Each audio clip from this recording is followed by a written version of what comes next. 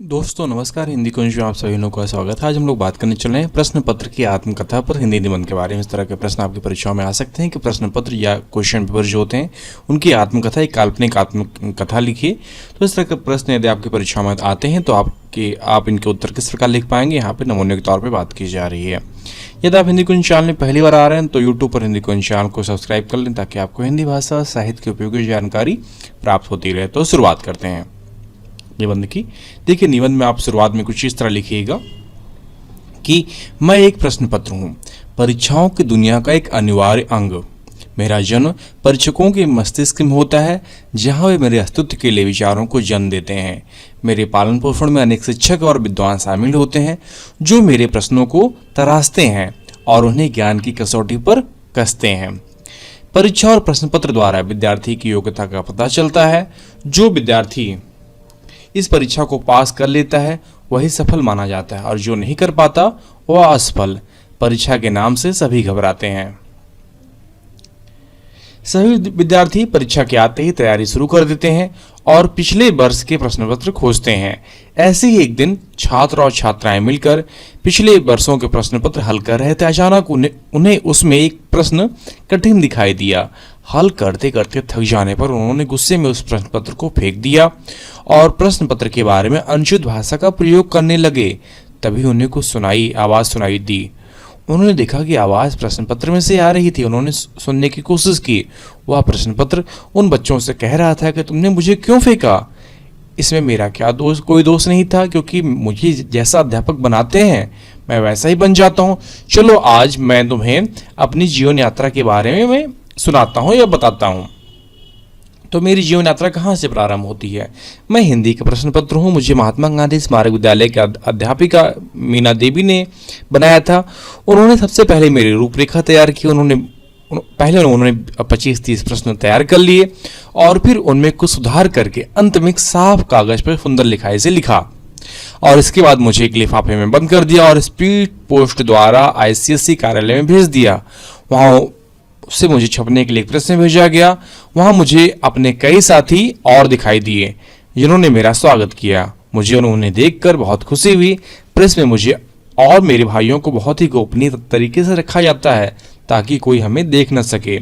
मेरे बारे में सिवाय मेरी अध्यापिका के कोई नहीं जानता। प्रेस में छपने से पहले भी मुझ में कुछ जो त्रुटियां थी उन्हें दूर की गई, क्योंकि यदि मुझ में कुछ त्रुटि पाई जाती है तो उसका असर छात्रों के ऊपर पड़ेगा और उनका अहित होगा।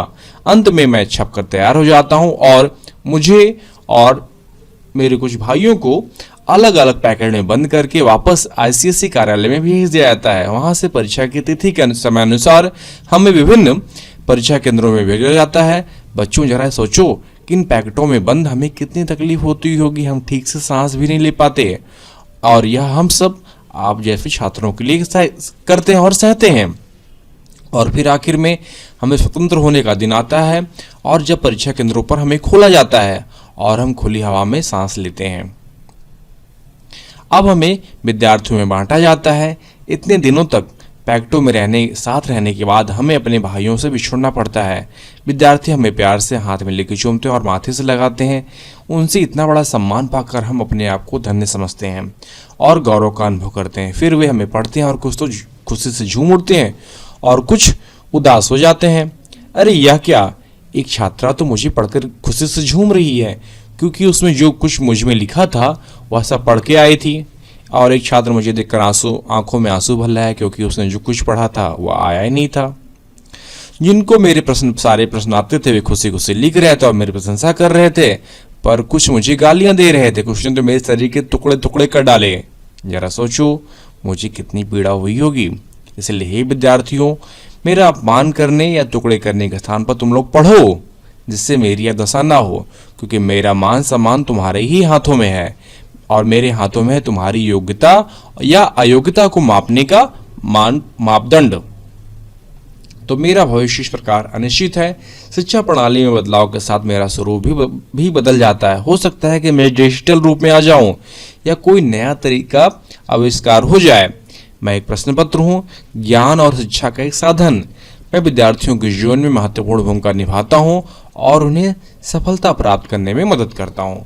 तो इस प्रकार यह निबंध समाप्त होता है। इसमें कुछ पॉइंटों के माध्यम से आप यह निबंध बहुत ही आसानी से लिख सकते हैं, जैसा कि परीक्षा की तैयारी के बारे में, प्रश्न पत्र की जीवन यात्रा किस प्रकार हुई और प्रश्न पत्र का सम्मान किस तरह होता है और कोई कुछ छात्र क्यों इसका अपमान करते हैं और शिक्षा प्रणाली में बदलाव किस प्रकार हो सकता है। तो यदि आपको यह निबंध लिखित रूप में चाहिए तो नीचे डिस्क्रिप्शन बॉक्स में लिंक दिया गया है, जहां पर जाकर आप प्रश्न पत्र की आत्मकथा पर हिंदी निबंध लिखित रूप में या PDF रूप में आप डाउनलोड कर सकते हैं।